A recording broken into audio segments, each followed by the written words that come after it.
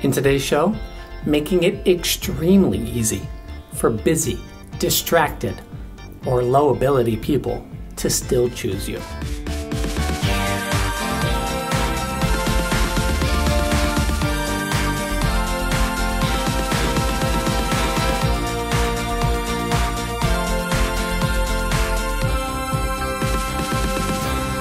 Welcome to Bullet Points, the show that takes the mystery out of what makes proposals persuasive.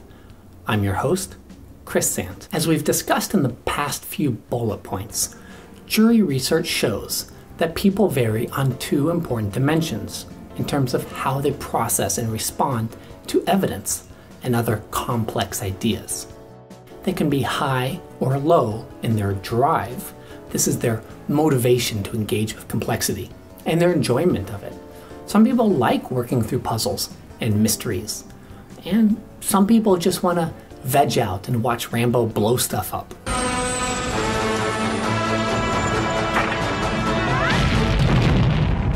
Or watch sparkly vampires fall in love. Sparkly vampires, I love you. Yes, I do. And I know that you love me too. Of course you do. I can tell by the way that you don't kill me. Or watch Rambo blow up sparkly vampires.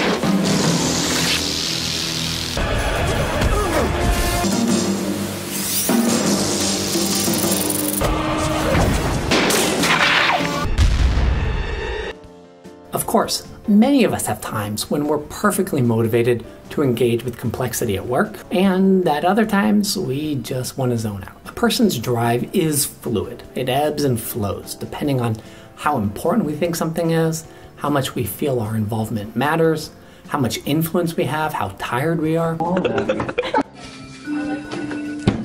And you can also force someone who would normally be a scrutinizer into the security guard box by using overly and unnecessarily complex language.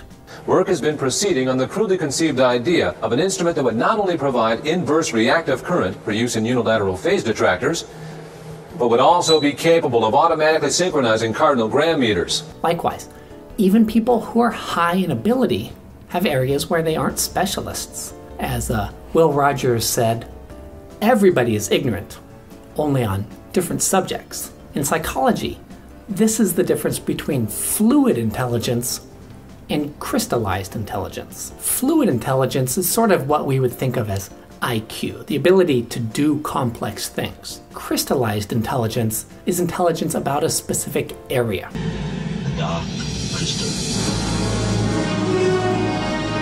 A brain surgeon is obviously extremely intelligent. Yeah, I actually know a joke about this. What's the difference between a doctor and a brain surgeon? But any brain surgeon would tell you to go to a foot specialist if your problem is with your foot.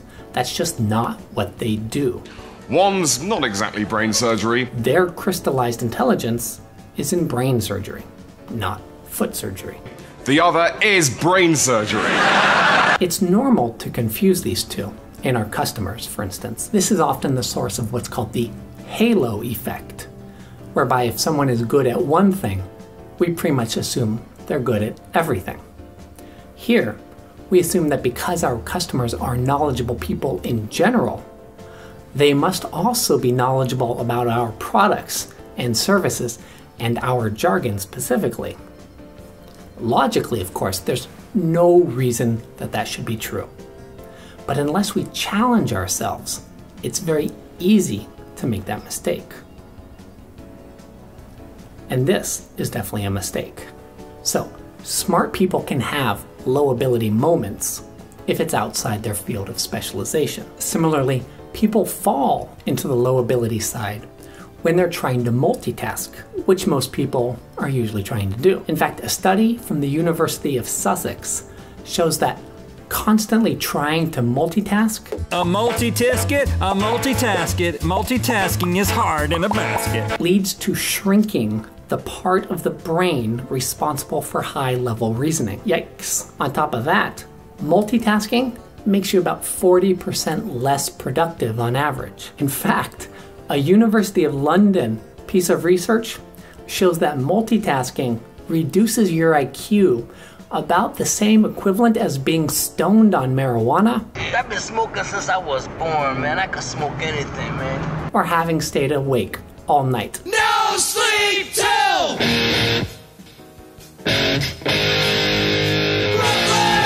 And you don't even get the fun parts. That's a shame. So simply trying to multitask reduces a person's ability to engage with complex ideas. And then there are those people whose talents are elsewhere. It's okay! I'm a limo driver!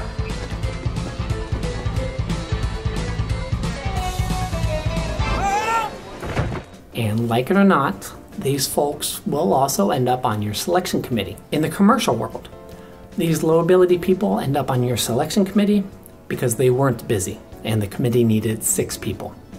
Or the committee needed people from certain departments and a senior manager decided that this person was expendable. Sadly, this happens far more than you would think. And getting low ability people on your selection committee when you have a government client, well... They're all sloths?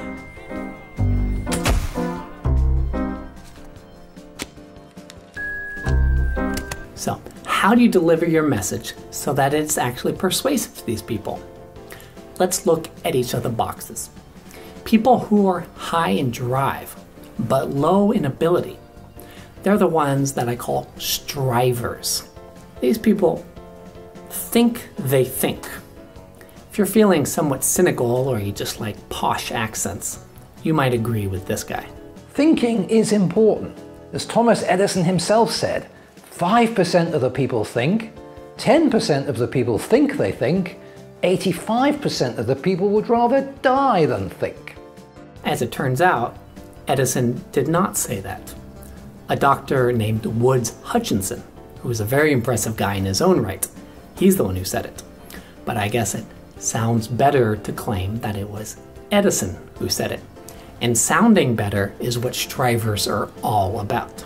Strivers tend to want to look like and take on the trappings of scrutinizers. In some cases, this is probably a way of seeking respect, there's probably some fear related to self-esteem issues and that sort of thing. Tell me about your father. These are the folks that you've probably come across who use big words that they don't really understand what they mean. Inconceivable! You keep using the word. I do not think it means what you think it means. Strivers hope to impress and overwhelm you with big words. They've learned to do that as a way of shutting down the discussion. They don't want you to ask questions because they can't answer them, so they try to cut you off by beating you into submission with vocabulary. Use your words as a weapon, dear. But people see through this. A study out of Princeton showed that the more big words you use, the less intelligent and less confident you appear. People think you're actually hiding behind your big words, which you probably are. Interestingly, because strivers have high drive, but they don't actually have a matching high ability, they tend to make decisions based on what are called peripheral cues. In other words, they make decisions based on things that are not in the actual message. So these people are strongly influenced by authority and social proof.